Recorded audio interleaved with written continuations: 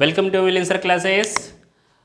आज देखने वाले हैं हम एनसीईआरटी एग्जाम्पल 9.1 का एग्जाम्पल नंबर 13 है ना। इसके पहले हमने 12 एग्जाम्पल देख लिए।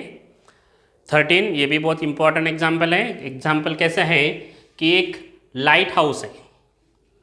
क्या है? Lighthouse 75 metre high lighthouse. यहाँ पर लाइट हाउस है।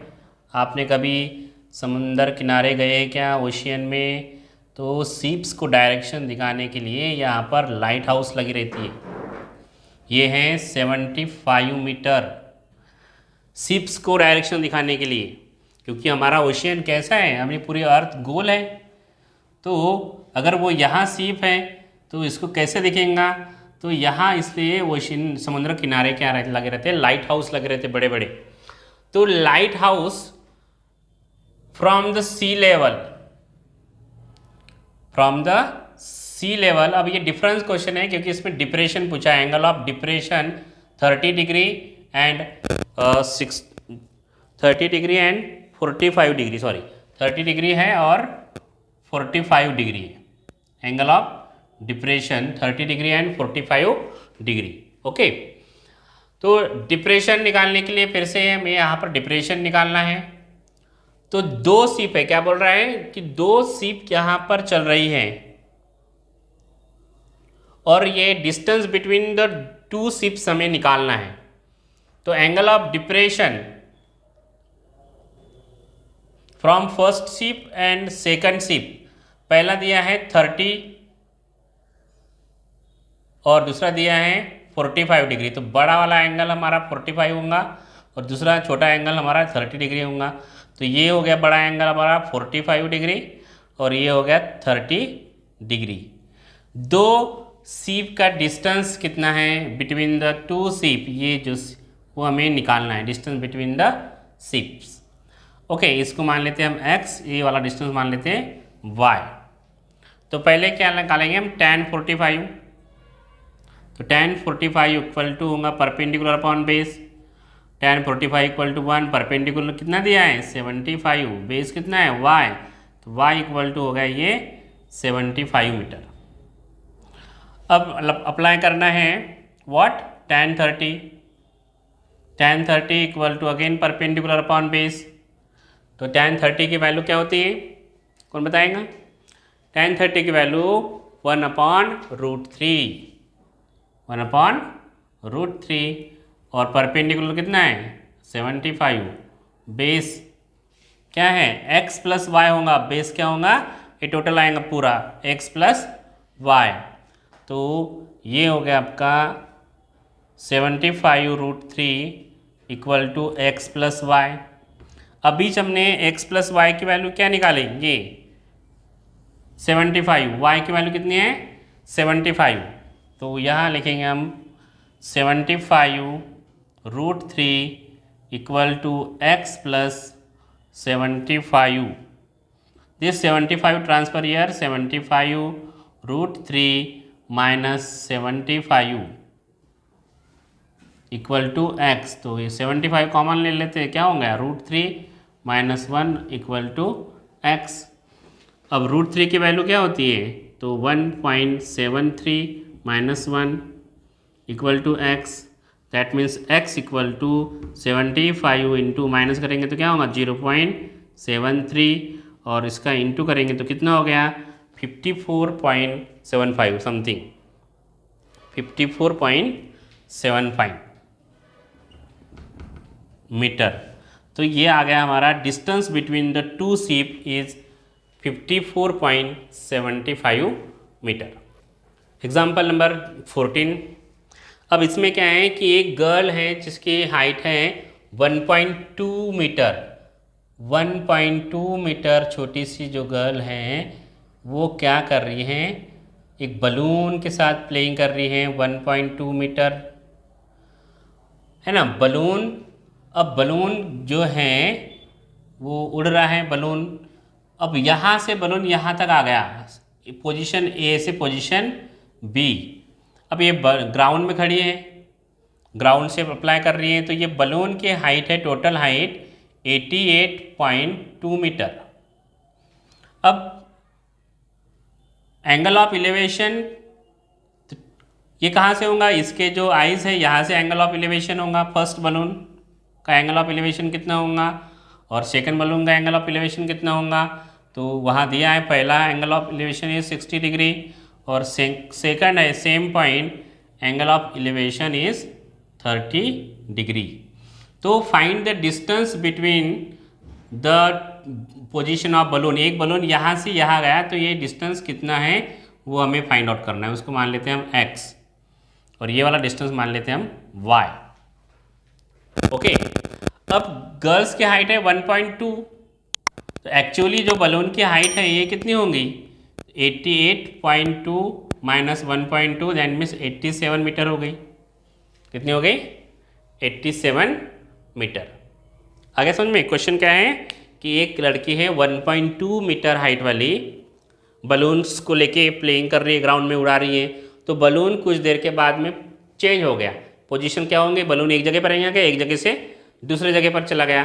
तो यहाँ से लेकर यहाँ तक जाने का जो डिस्टेंस है वो हमें फाइंड आउट करना है। टोटल ग्राउंड का डिस्टेंस है बलून का 88.2 मीटर, लेकिन लड़की की हाइट कितनी है 1.2 मीटर, तो दैट्स वाई 1.2 मीटर हमने माइनस कर दिए, तो एक्चुअल हाइट कितनी आ गई 87 मीटर। तो पहले हम अप्लाई करेंगे tan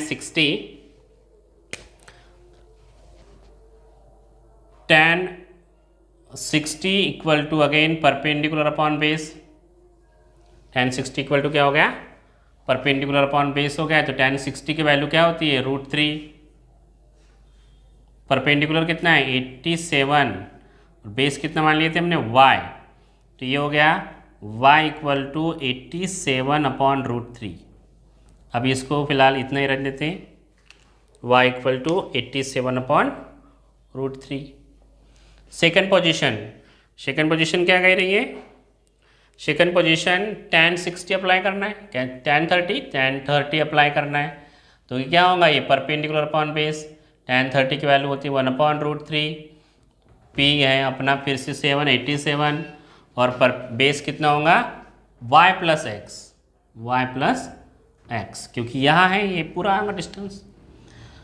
तो ये हो गया y plus x equal to 87 into √3, ऐसा बन गया क्रॉस मल्टीप्लिकेशन करने के बाद।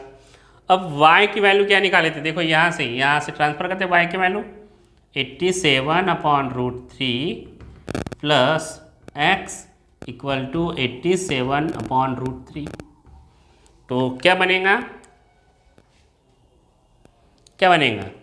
x equal to 87 √3 minus 87 upon √3, ऐसा बन गया।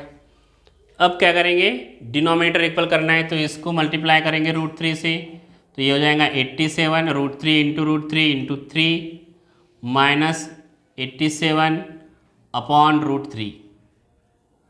87 इंटू √3 कितना होगा, मल्टीप्लाई कर लेते हैं, 87 मल्टीप्लाई बाय 3, 7 3 जा 21, 2 कैरी 24 प्लस 2 26, 261। ठीक है, 261 हो गया।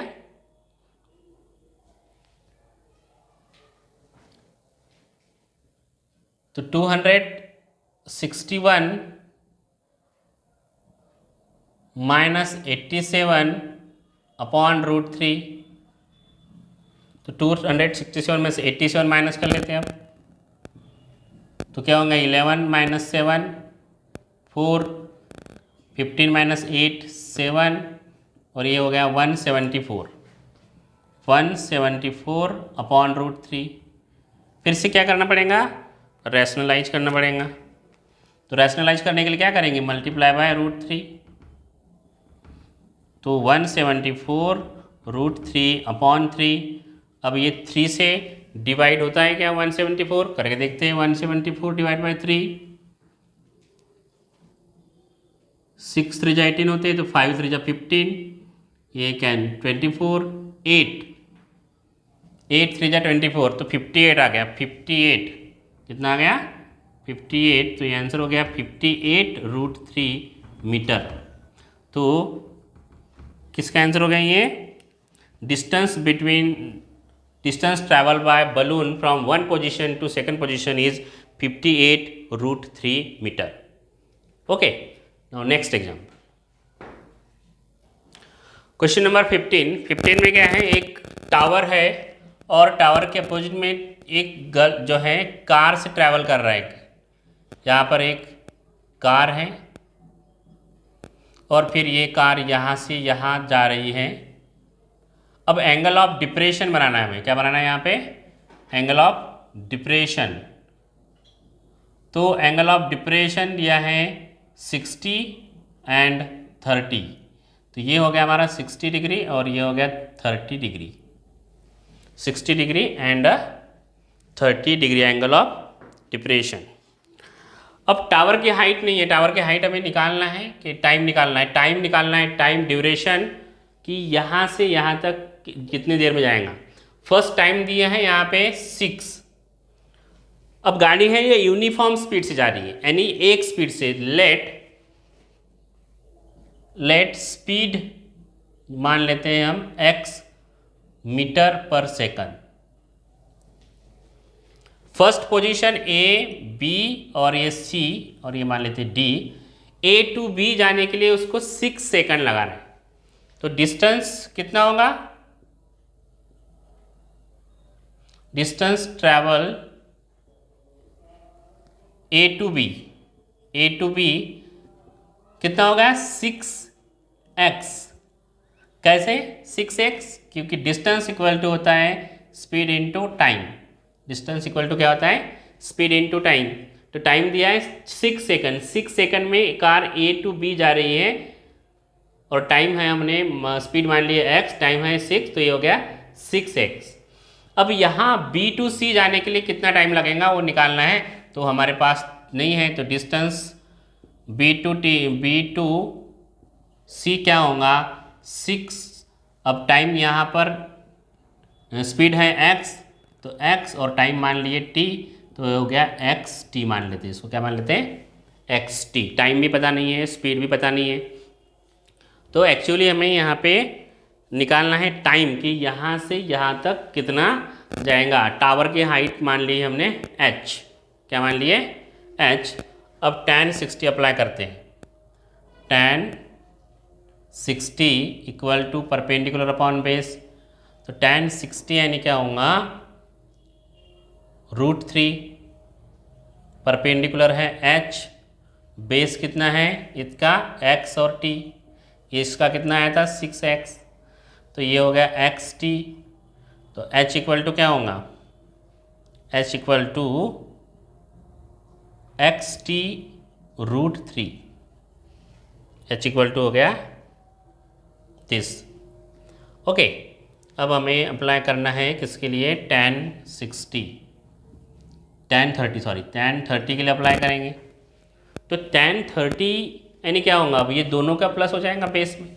पहले तो परपेंडिकुलर लेते हैं अपन बेस। tan 60 होता है 1/√3। परपेंडिकुलर h ही मान लेते हैं। बेस कितना हो गया? 6x plus xt। क्यों हो गया? क्योंकि tan 30 मानेंगे तो ये पूरा बेस आएगा ना, तो 6x प्लस xt। अब क्या करना है? तो अब h की वैल्यू पुट करेंगे, xt प्लस √3। ठीक है, या इसको सॉल्व करेंगे तो क्या होगा? h इक्वल टू h√3 पहले होगा h√3 equal to 6x plus xt। अब h की वैल्यू कितनी है? xt√3। तो ये जो वैल्यू है ये इसको यहाँ पुट कर देते हैं। तो xt√3 इंटू ये वाला भी √3 आएगा equal to 6x plus xt।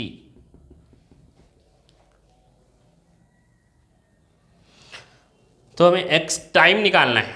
क्या निकालना है? टाइम। अब इन दोनों का मल्टीप्लिकेशन होगा तो क्या होगा? 3 हो जाएगा। तो ये हो गया 3xt equal to 6x plus xt। अब देखो ये क्या है? xt, और इधर भी वेरिएबल सेम xt है, तो इसको इधर ट्रांसफर कर लेते हैं। 3xt minus xt equal to 6x। What remain? 2xt। क्या बचेगा? 2xt equal to 6x।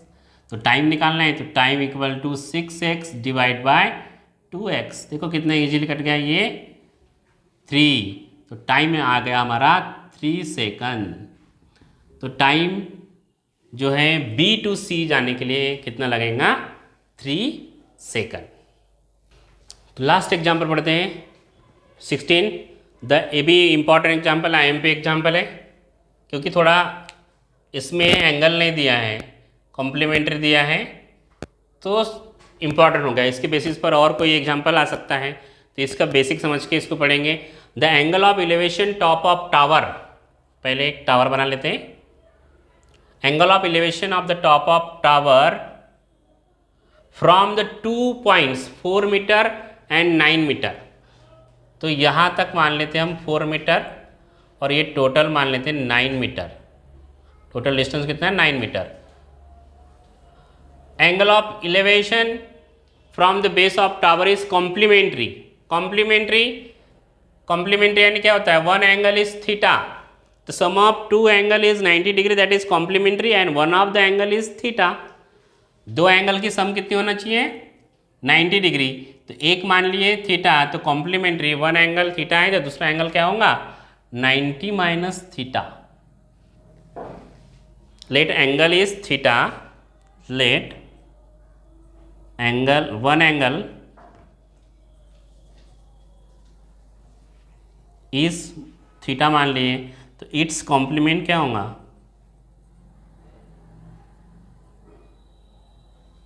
90 minus theta. तो इसलिए ये आ गया 90 माइनस थीटा।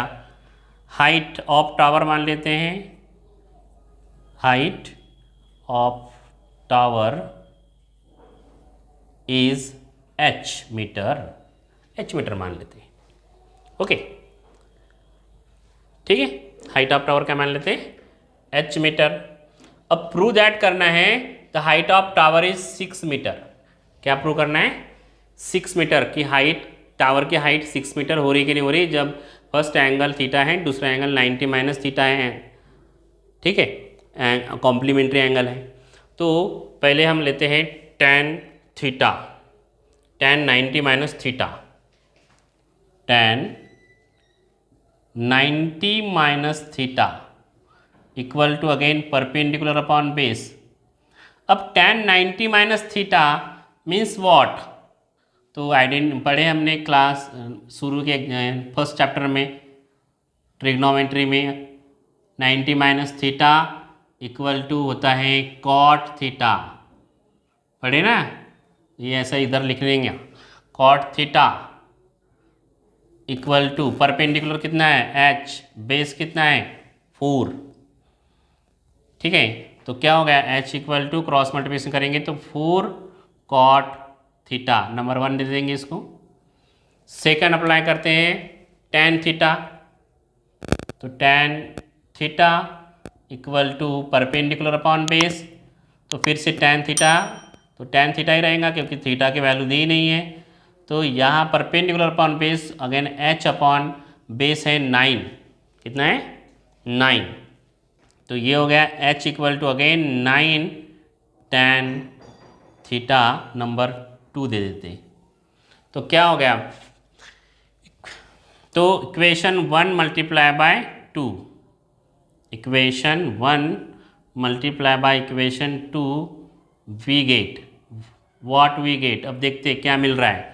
मल्टीप्लाई क्यों कर रहे हैं? मल्टीप्लाई इसलिए कर रहे हैं कि ये tan थीटा है, एक जगह पर cot थीटा है, ये cot थीटा है, यहाँ पर tan थीटा है। तो tan theta cot theta multiply करने के बाद में थीटा ये कैंसिल हो जाएगा, cot और tan। इसलिए थीटा को हमें गायब करना है क्योंकि थीटा की वैल्यू नहीं दी है, तो मल्टीप्लाई कर लेते हैं। तो क्या हो गया? h मल्टीप्लाई बाय h, पहले दिया है 4 cot थीटा, तो 4 cot थीटा, दूसरा दिया है 9 tan थीटा, क्या दिया है? 9 tan थीटा। तो इसको साथ में ये लेंगे, h स्क्वायर हो गया, 4 इंटू 9 निकल लेते हैं और इधर लिखते हैं cot थीटा, और tan थीटा की वैल्यू होंगी 1/cot थीटा। tan थीटा की वैल्यू क्या होती है? 1/cot थीटा, है ना। चैप्टर नंबर 8 में पढ़ लिया आपने। तो ये दोनों कैंसिल हो गए। अब क्या बचा? 1 4 9 36, h square equal to 36 means h square equal to 36 आ गया। तो h equal square equal to 36, root इधर जाएगा तो क्या होगा? रूट लग जाएगा। तो h इक्वल टू 6 मीटर। अब क्या क्वेश्चन क्या बोल रहा था? Prove that the height of tower is 6 metre, so it is prove. तो क्या हो गया? ये प्रूव हो गया। तो इस तरह से एक्सरसाइज 9.1 कंप्लीट हुई।